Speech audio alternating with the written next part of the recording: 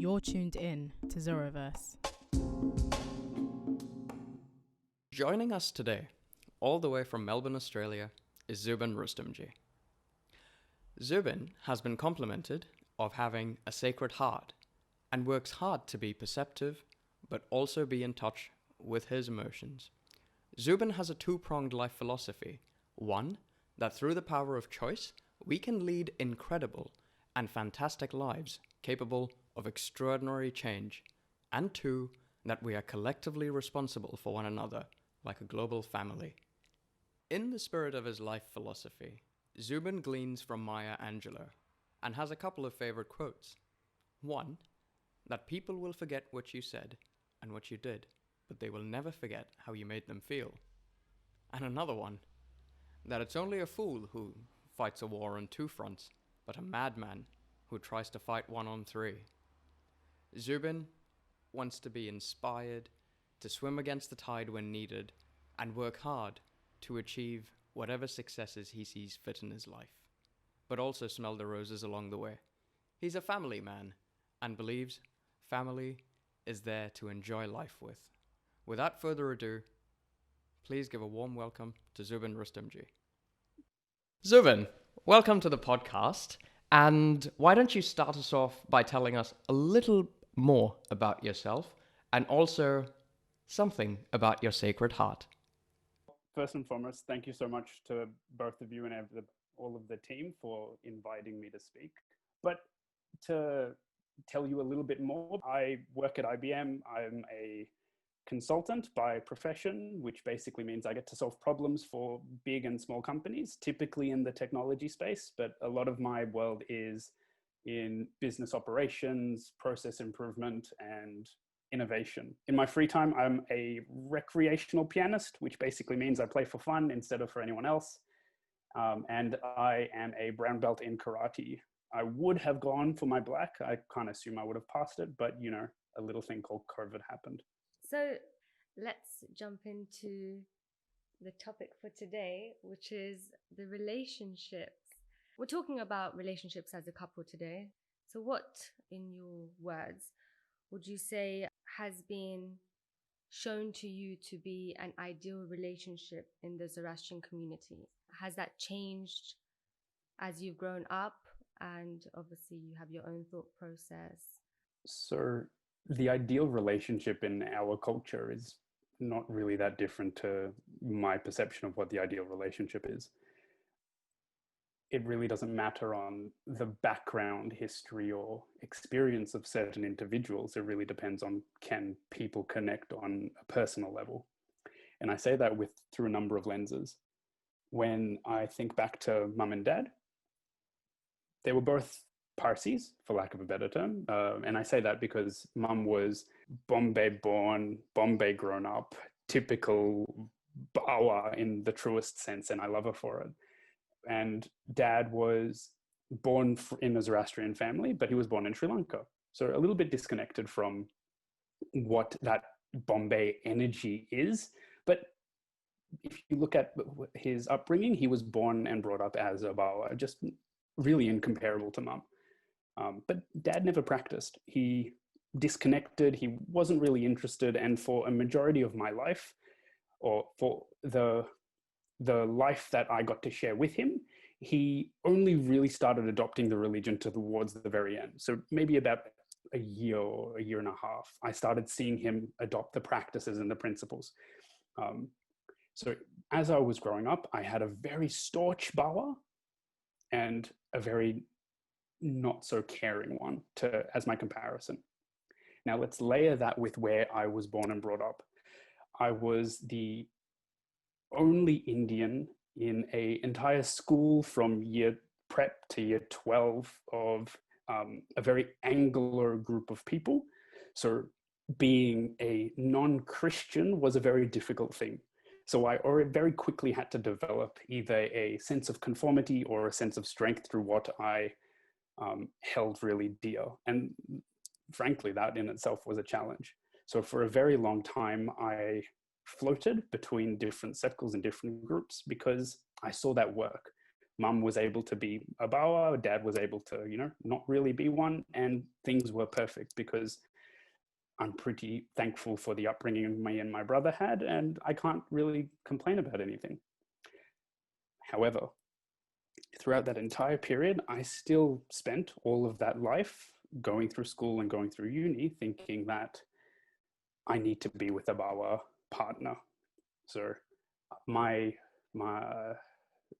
future will be with someone who was born and brought up in my religion, and that's how it works.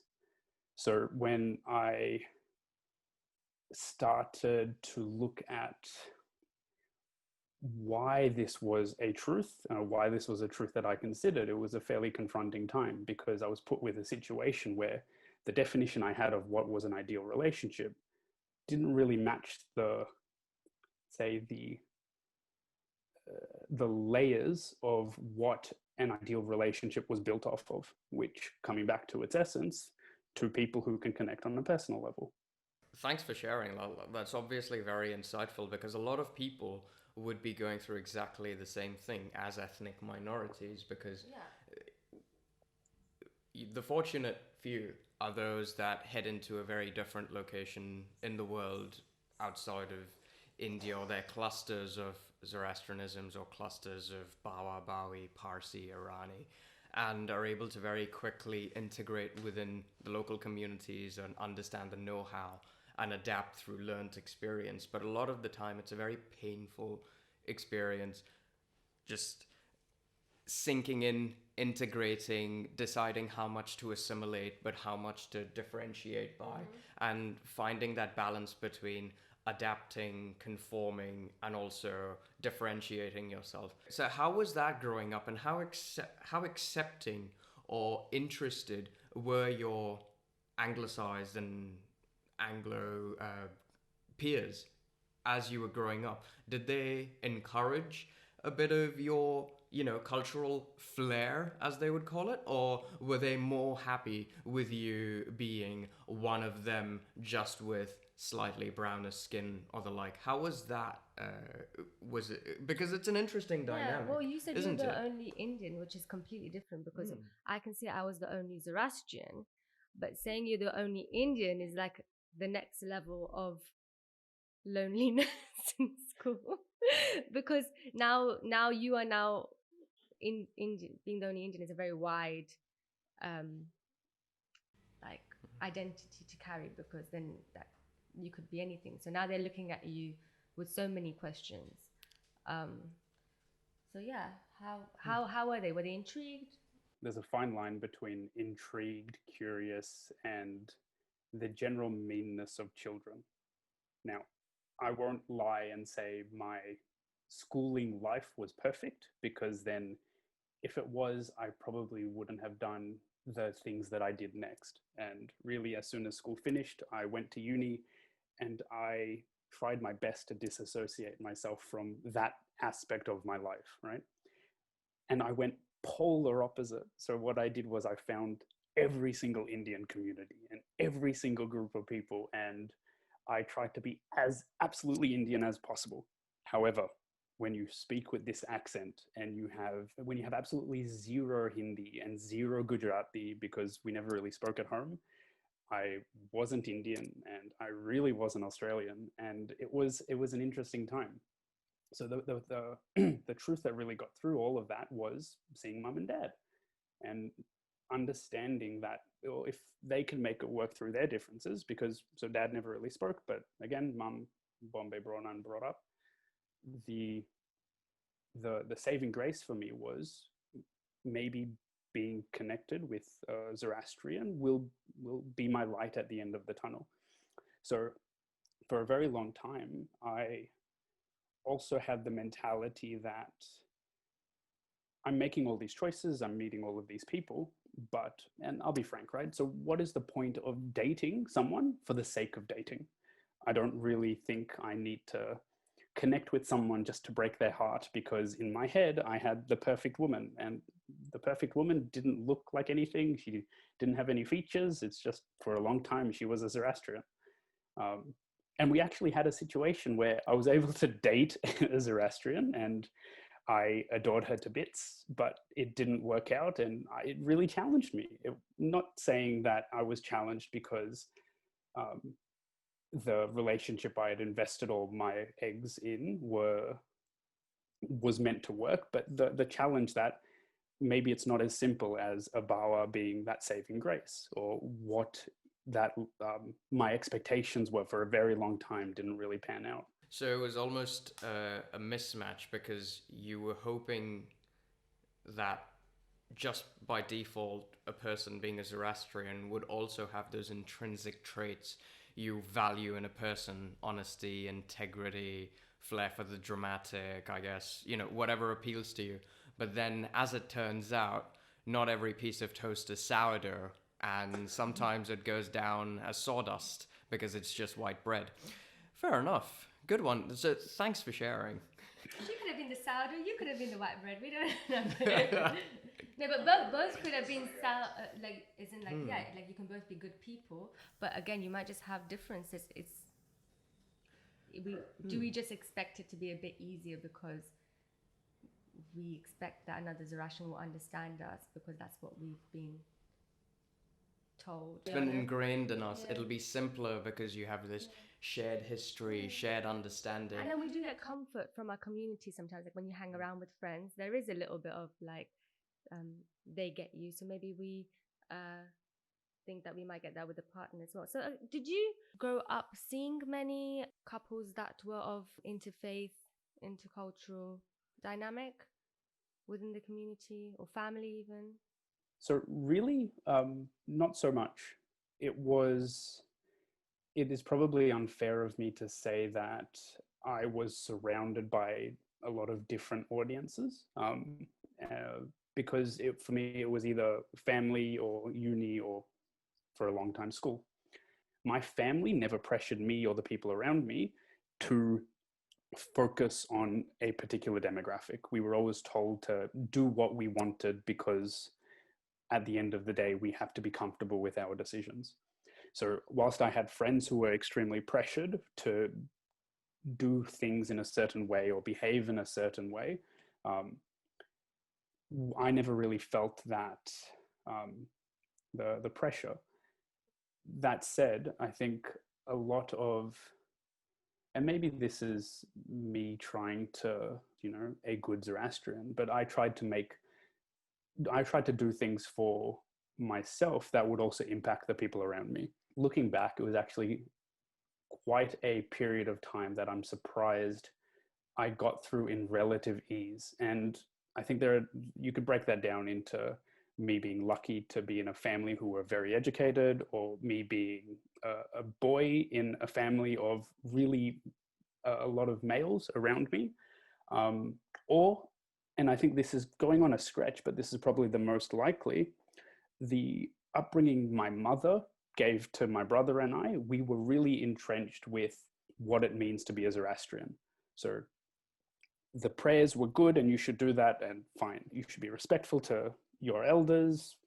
That's a given. But if you take everything back to basics, as long as we're living in the 3 lovely principles of good words, good thoughts, and good deeds, the rest of it were a consequence, or it was a checkbox that we needed to do. If you were doing the other 3 things, the rest of everything else really just worked out. Now, I don't know whether that was Mum's intention as she was raising my brother and me, but I want to give her complete credit for being able to pull it off. Do you think that's why you said you value like action quite a lot? Do you think that's why you value like what people actually bring to the table instead of just the praying? And that's obviously very important, but actually incorporating that into real life and then making it work. So I've always valued action over words, and the reason for that is potentially due to how Mum brought us up, in the sense that people will say 101 things, but it really doesn't matter until somebody does something for you. But I think just trying to think how honest we go. You know what? Let's do it. So when Dad passed away, a lot of things were promised to us. Now, that could be a material promise, a promise of time, a promise of, the proverbial, I will be there. Growing up, especially through university and doing year 12 and then doing my entire college degree, whether that was there by certain individuals were questionable. And at the end of the day, it was mum, it was my grandparents, it was my extended family, but some people more than others. So for a lot of that, I think a lot of that shaped my desire to not really care about what people told me. And that tends to lead into what you were talking about around that sacred heart principle, which I still really value quite a lot, because people inherently will say things to avoid a difficult situation, which can result in somebody saying something which may not necessarily be true. But if there's an action that follows through with a certain set of words or behaviors, then, it's basically putting your money where your mouth is. All of that thinking is very relevant to me in my commercial world. It's fascinating to see the interlock between what I value and what I expect from the people around me. And again, I think it's luck by chance that I've found myself, or I've created myself into a profession where my values are very intrinsic to what I expect from people. So whilst somebody's talking to me, I will listen. I will try my best to listen. But if there's something that just feels wrong, or if something's just not lining up, then I'll always try and, take that extra step and look a little bit past it. Now, there are reasons why people say things and don't follow through. That's up to them, because everyone's an individual. But how I react and how I prepare and how I, set my expectations up is completely within my control, right? So I'm quite emotional at the best of times. So if I expect something, if somebody says they're going to do something, once upon a time, I would be extremely hurt when I didn't get it. And that hurt turned to anger, and it just wasn't healthy for anyone. So if somebody says they're going to do something, I'll wait until they do it. From the point of setting expectations, being pragmatic about how people deliver, I want to explore how that has led you to be at peace with your relationships, interpersonal, familial, extended family, and the ones you're creating roots with right now. And not just if you're at peace with it, because obviously we have to make peace with every small thing. Sometimes we deride ourselves staying in bed all day and being unproductive, but really taking it at that level where we're happy in the relationships that we have created, and how this creation has impacted our pre-existing cultural relationships in terms of espoused expectations to what it's led to, and how people's perceptions towards you have changed. Multifaceted topic, very multifaceted. So let's say we'll give you 30 minutes to answer that. Would you like an essay or a presentation? I'm very good with how PowerPoint. about some bullet points to start off, Bullet and then points? we'll split into prongs. Split into prongs. All right, we'll fork it. All right, let's try and start at the beginning there. If I look at my relationships, there are the relationships that I've kept, and I'm very conscious of those, and the ones which I've let fall aside. And I think the reason why I can talk about it with such a frankness comes back to what I believe as a general tenet of my life, and that is the choices that I make right now with all of the information I have available are my own, and I need to be comfortable that they're my own, and I also need to live with those consequences. Nobody is forcing me to spend 20 hours behind a laptop. Nobody is forcing me to avoid people or not visit my mother who lives 5 minutes down the road. Nobody is really influencing any of my decisions, right? Everything is my own. So when I was torn with the the question around this beautiful, beautiful human being who entered my life, and she aligned on everything. She was pretty. She could support me because we were working in a group together on a project. And it was a fairly important project that was trying to deliver recommendations to the state government in Victoria. So she was supporting me when I needed it. She was challenging me definitely when I needed it. And, you know, butterflies and sparks and all of that lovely thing.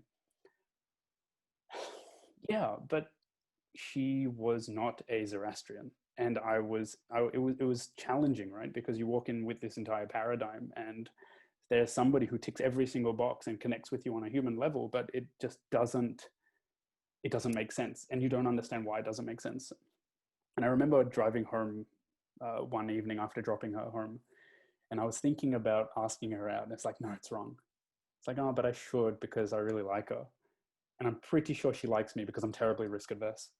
And I remember thinking to myself, what would I tell my kids to do in this situation?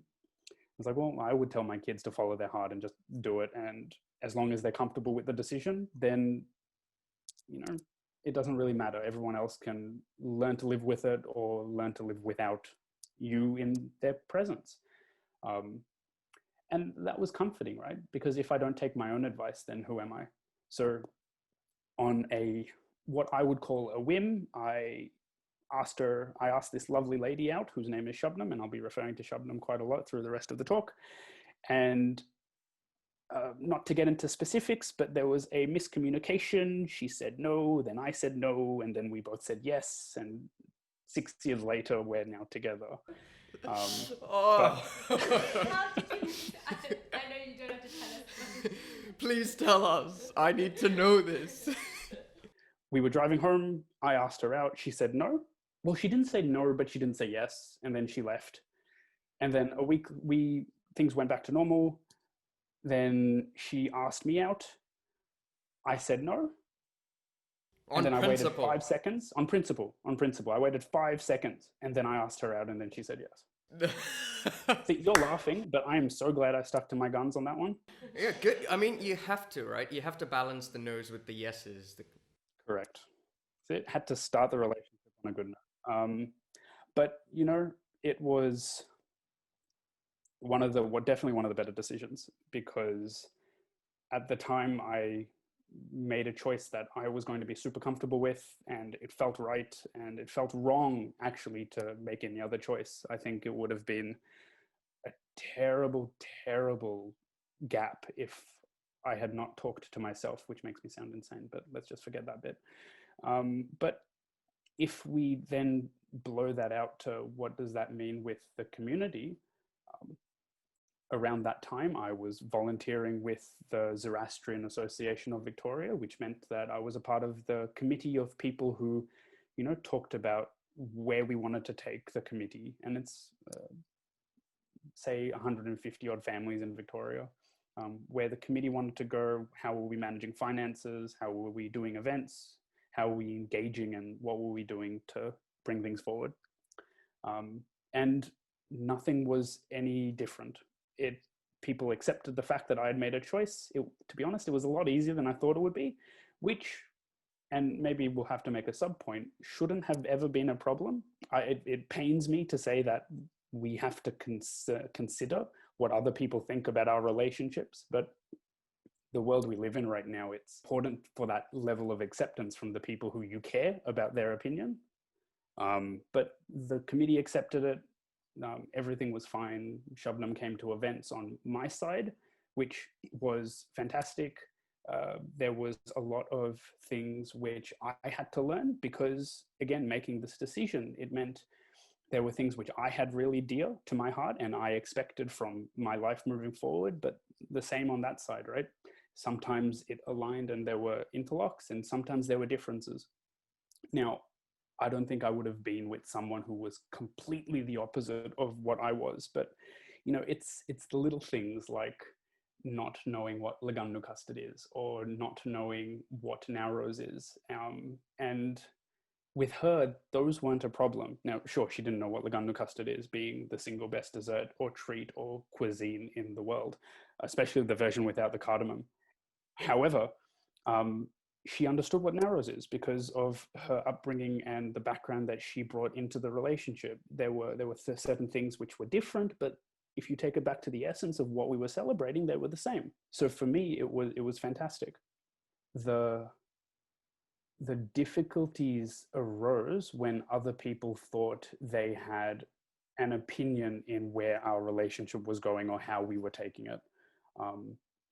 Now, managing those expectations were easy for me because mum was happy, my extended family were happy, so everyone who was back home in India. And the people who really had an opinion were those who I don't really speak to on a daily basis. They don't really influence me. They may, say some hurtful words every now and again, but, things were okay. You can manage that difficulty. All of that really changed. And this is the part which is probably a little bit more painful to talk about, but it changed when I took a leadership role with the Zoroastrian community. So I was able to take a role as the vice president of the community, which is fairly prestigious. And I was super proud to be in that role. I'd been volunteering, people knew my name, people knew my family. And after being disconnected from the community for so long, it was, it filled me with a lot of joy to be in that role, and to be surrounded and to be able to give back. That year in the committee was different to every other year I've had in a relationship, because it wasn't a true blue Zoroastrian on the board for some reason. And rightly or wrongly, the feelings that came to me, the whispers that I heard, the looks or the general commentary just built up over time, and it was painful. So it was painful so much so that I decided after a year, I was just going to walk away. Now, again, have I left my community? No. Have I left the practices and the beliefs and the things that make me me? Absolutely not. But enough people wanted to have an opinion on where I was taking my life that I decided I'm comfortable with them not playing a role in my life, and I'm comfortable with removing that negativity. And I'm also very comfortable keeping Shabnam away from that, because that's not the Zoroastrianism I want her to be exposed to. And realistically, if, things go well and we have kids, both of us will be responsible for what their perception of Zoroastrianism is. Sure, it's easier when you have two people who are born and brought up in the culture, but her image of my culture is what I tell her and what the people around me tell her. So it's important that I shape that. And maybe I'm being fantastic and thinking about that too early, but it's never too early to start. Okay. Yes, that's really great what you're saying about shaping the community, and that, that's why you're on board with everything that they do. And even for myself, I'm quite involved with the youth, yes, but also with the kids and the future generation, because when I was growing up, I wasn't exposed to people from mixed marriages, mixed backgrounds. And as a teacher, when I see parents drop off their kids at Sunday fun clubs, sometimes it is the non-Zoroastrian parent who is bringing the child. And I want to make sure that I'm representing our culture and being, approachable and friendly, and talking to them about how their child has done, everything like that, and making them feel comfortable. So I think definitely it's very important to be the representative we want to be, and for how our community is represented. So moving forward and going along with your fingers crossed, things work out, have kids. Did you find yourself having different conversations with Shabnam maybe earlier on in your relationship than that you would have had if she was a Zoroastrian? For example, how you would raise your kids, or things like nojots, or things that maybe we would just assume would fall into place with a Zoroastrian partner? So one of my greatest qualities is that I am terribly naive, and a lot of the assumptions I should have made, I didn't.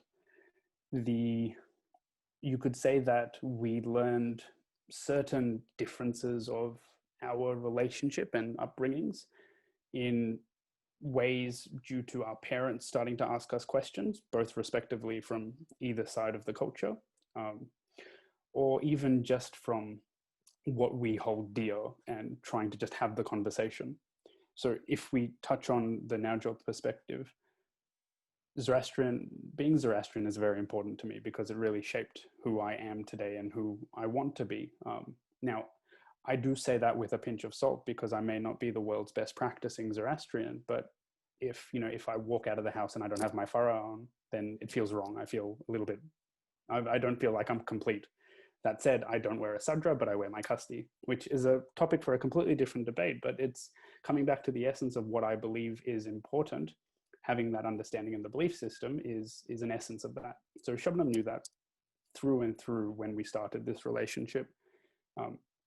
And kids were the easiest and the most topical conversation to have because and again, I think I'm extremely lucky here where she is open to my desire for our kids being Zoroastrian.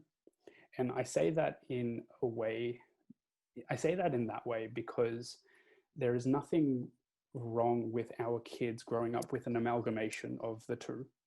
Our kids will need to decide what they want to be when they grow up, and they'll be deciding that through their teens, when they hit their midlife crisis, when they hit their second midlife crisis, when they just buy the convertible and realize that there's no part to stick the farah on near the steering wheel, and up until when they're teaching their kids all of this too. But there are certain traditions which are important on both sides that we need to abide by, like having a Naujot before puberty for 101 various reasons. So for us to do that, a lot of conversations happened where we tried to understand what was important to me, but may not impact anything that she holds important, and vice versa, and come up with not a compromise, but come up with a way forward for us to just make sure we're both on the same page. Now, we had a very quick awakening to that when it comes to our relationship. Now, in Zoroastrian and typically Parsi culture, you have your Rupiah Pewanu, where you solidify the relationship by including the parents and making it solid to say these two are going to be dating, and these guys are off the market. Then, and this may be my understanding, but the way I hold true is that you can do anything and everything. You can be dating for 100 years if you so choose. Then you have your ceremony, and then a couple of days later you have your wedding. So it's super long engagement or super long relationship, and then engagement and wedding. In Shabnam's culture, you have a ceremony that officiates the relationship, which is very similar to an engagement by our standards. So they take that second step of us and bring it all the way forward. And then you can do anything and then have the wedding. Right. And what's her culture? So she's Afghani, but Afghani Muslim. So there is a difference to our interpretation of what Afghan Muslims are, and she and her family, because they moved around through a couple of countries from Afghanistan to Pakistan to Australia, have adapted their belief system to fit what they hold dear and true. So when we started dating, things were great by Western standards, but then people started chatting and talking, and we had to make a decision on how we want to officiate this moving forward. So we did it was probably our first amalgamation where we had her ceremony, but we also had a Rupiah Pewanu that morning. And we didn't do the engagement with a ring to say we are engaged, but for all community standards, we are engaged, right? So she is off the market and back off. And 100 Afghani men and Australian men wept tears that filled the River Yarra that summer. It cleaned the River Yarra. Yeah, that's one way to put it. But it was difficult, right? It was a blend of emotions because mum wanted it one way, her mother wanted it one way. We were trying to understand this because there are intricacies we don't really get and we don't really find important. And we made it work, and it was beautiful, and I did a surprise dance number, and it was fantastic. But it was, in hindsight, it was very difficult. And we got through it because throughout the entire thing, we were on the same page. Again, taking it back to first principles, two humans connecting and making sure that we are aware of where we want to head and where we're going. So am I worried about how we figure it out for the rest of time? Not particularly. Do I trust if we both want to fix something, we will fix it? Yeah. And you could call it naivety or hopefulness or just chilled. I trust us. You can't be naive if it's working. Like it's working, it's worked. So yeah. It's good intentions. Yeah. Isn't it? Zubin, I'm curious to understand, how much do you identify as an Afghani Muslim after 6 years of being in a relationship with an Afghani Muslim? Surely an amalgamation or a union of two people, like you imbibe and I guess you take on the characteristics of your partner. As influential as you in your capacity and your family in your capacity as Zoroastrians would have been to her and her family, would you also be very confident to say that you're now better for it and you've almost imbibed the qualities of that particular region and that particular culture as well? I would say I've got an understanding and a much better appreciation for some of the intricacies and even just some of the general traits which general media-based stereotypes had created a certain image which have been broken. But I don't think I identify as a Afghan or as a Muslim in any way. It's never, to be honest, it's probably never crossed my mind until you just asked it, because do I love the entire family to bits? Yes. Do I, have a new palette of cuisines and am I treated as, an extension of the family? Yes. But when I think about who am I and who are we as a couple, we are just a Zubin and Shabnam couple, and I'm still a Parsi through and through. And it's great, right? Because nobody's ever questioned it, or the people who I keep around me haven't or have accepted that it is possible to be both, but still hold something true.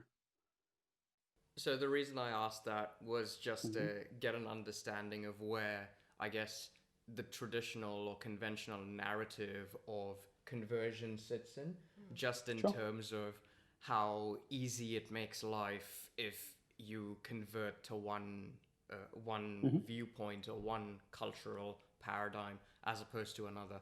And what you've just put very succinctly is that you could be united and have your own personal journeys, because you could have a relationship with yourself and a totally functioning and rewarding relationship with someone else while appreciating and celebrating your differences moving forward.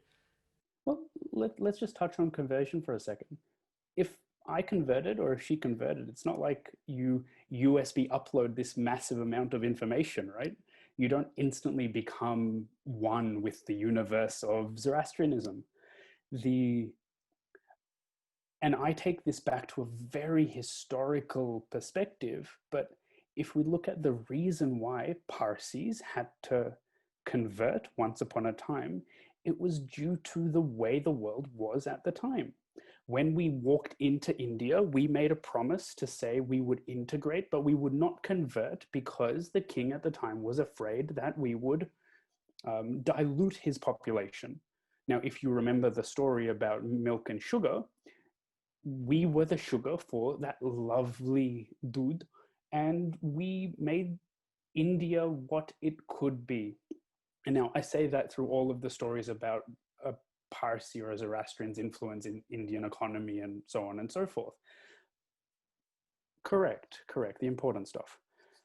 But that rule doesn't necessarily apply, and it doesn't change anything. It may unlock a certain mental paradigm in people who have lived and been brought up with the idea that you have to be a certain type of person to be accepted, which rightly or wrongly you can't change.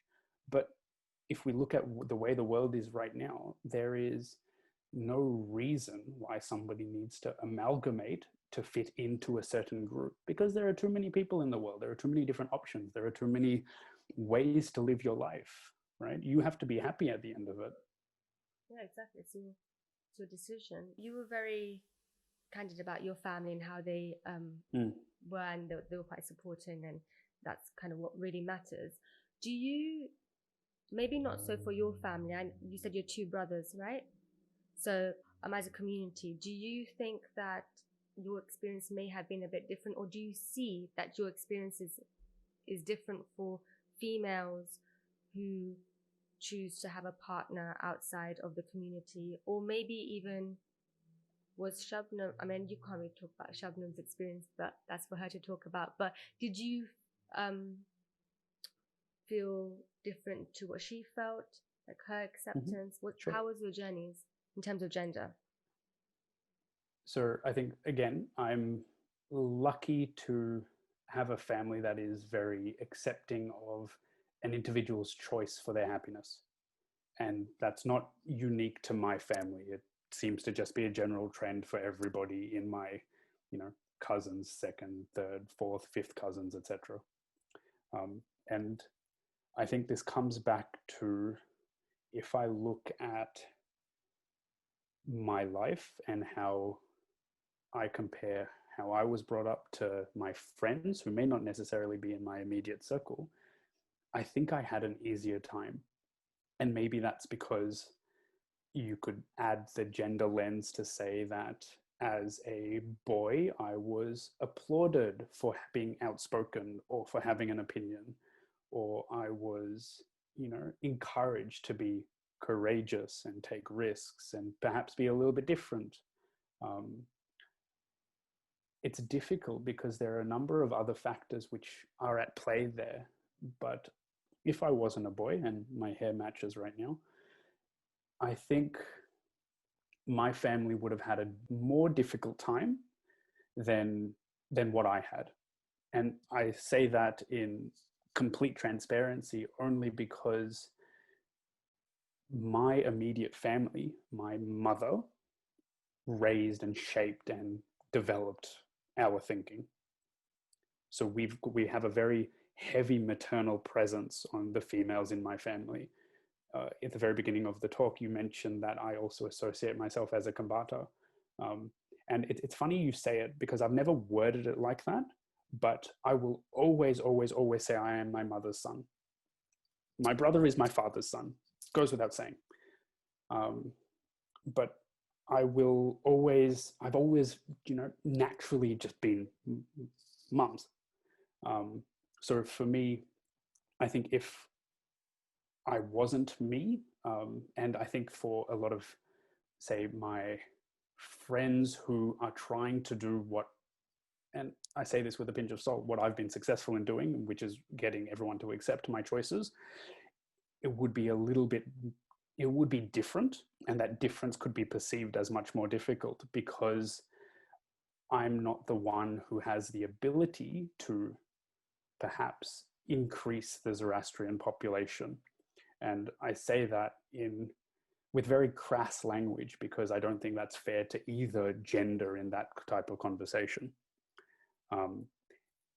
When I look at the pressure I had versus the pressure Shabnam had, and again, I appreciate the fact that you highlight that I can't talk for her points, but I think she had a harder time than what I did.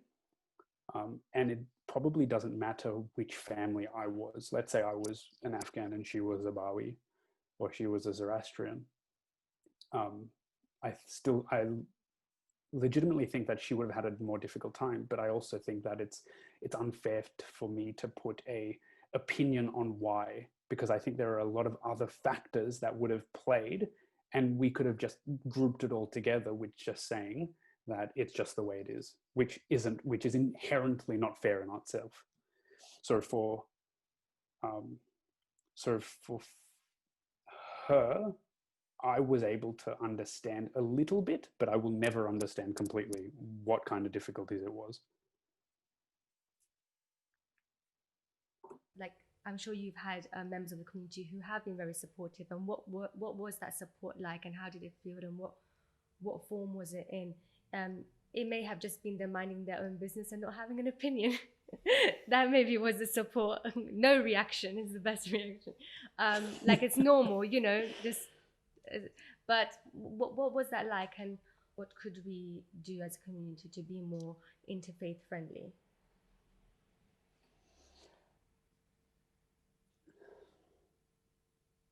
So it starts by acknowledging the fact that we all have very different perceptions of what's allowed, and we all appreciate language differently.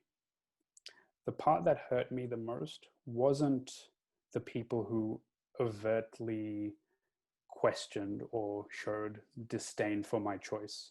It was the people who smiled, spoke to me, but made the jokes which they thought were innocent but felt like knives.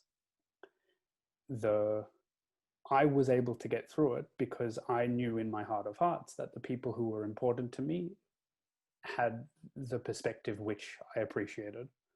But I can't tell other people who may be in that similar position that that's the way to do it, because not everyone has that ability to walk past that pain. And it is painful. It was very difficult. I walked away from it, right? So clearly I'm not as strong as I'm claiming to be.